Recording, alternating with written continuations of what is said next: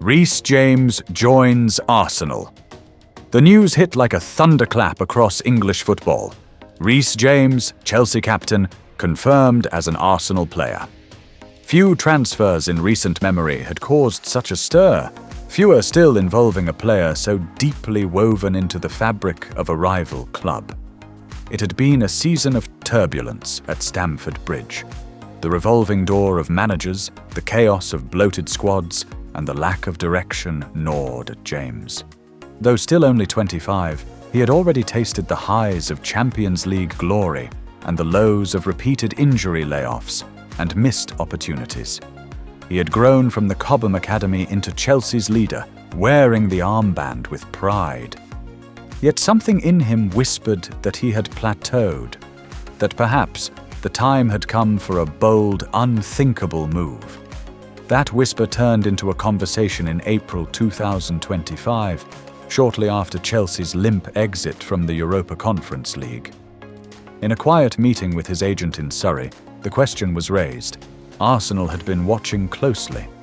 Mikel Arteta, ever the tactician, had long admired James, not just for his defensive solidity or his delivery from the right flank, but for his leadership and professionalism.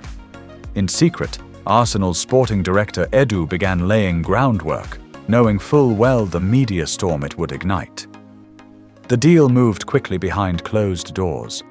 By late May, James had met with Arteta in North London. It wasn't a sales pitch, it was a footballing philosophy. A vision. James, a student of the game, was captivated.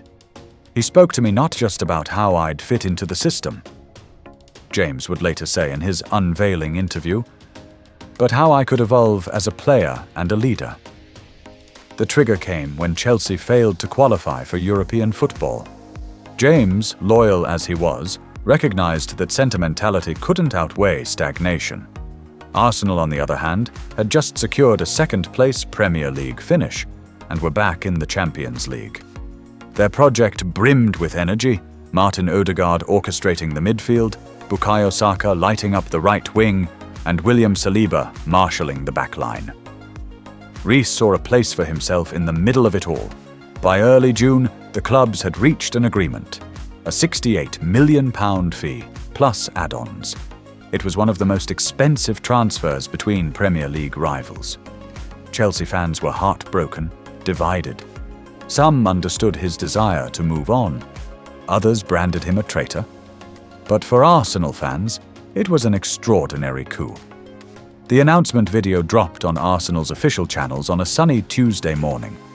James, wearing the 24 shirt, posed at London Colney, then was shown training alongside familiar faces from the England setup. The internet exploded. Hashtags like Red James and Chelsea Captain No More trended for hours. The move wasn't just symbolic, it was strategic.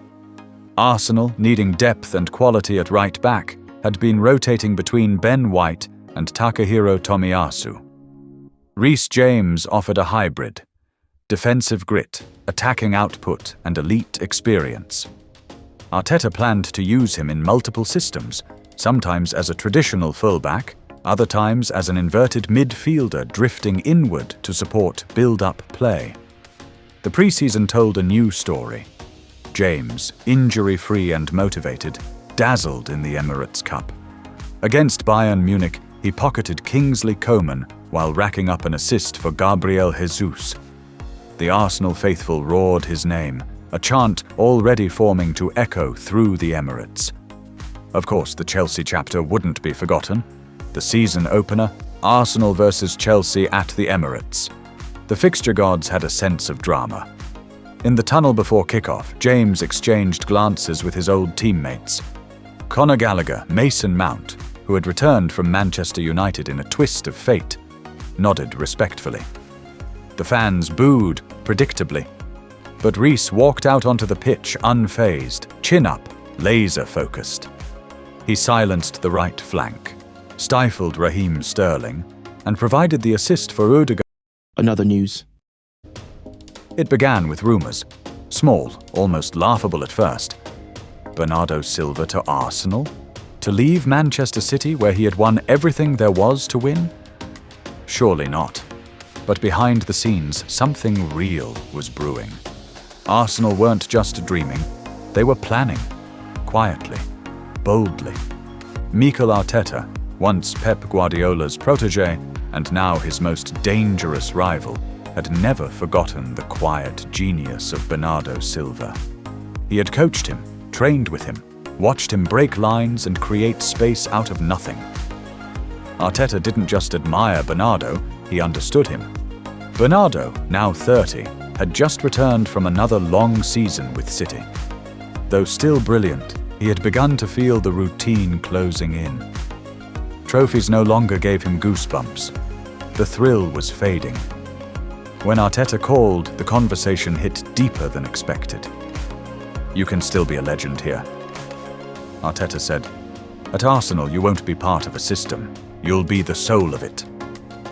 It wasn't an easy decision. Manchester City had been home for 7 years. Bernardo had been instrumental in their historic treble, their invincible run, and their rise to European dominance. But something about Arteta's vision, his passion, his clarity, stirred something new inside him.